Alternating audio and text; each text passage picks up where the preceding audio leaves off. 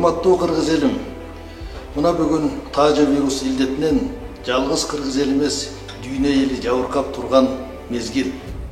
Таажа вирус илдети бизге кандай кыйынчылыктарды алып келбесин, биз түптүү элдин урпактары катары бул илдетти биримдикте, ынтымакта жеңерибизге мен терең ишенемин.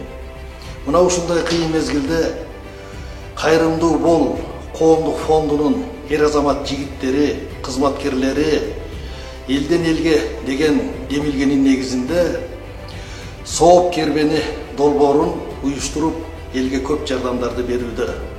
Биз дагы Бишкек шаарынын тегерегиндеги үй куруучулардын бириккен жогорку штабы бул сооп кербенин демилгесин колдойбуз, жардам беребиз, биз силер менен биргебиз.